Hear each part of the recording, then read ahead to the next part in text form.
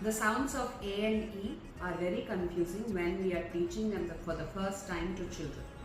So, when you are teaching the A sound, A, open your mouth fully and say A, A.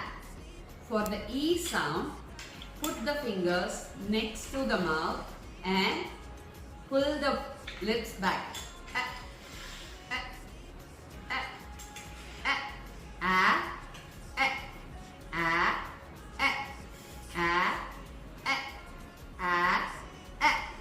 If you teach both sounds together like this, the child will not have confusions.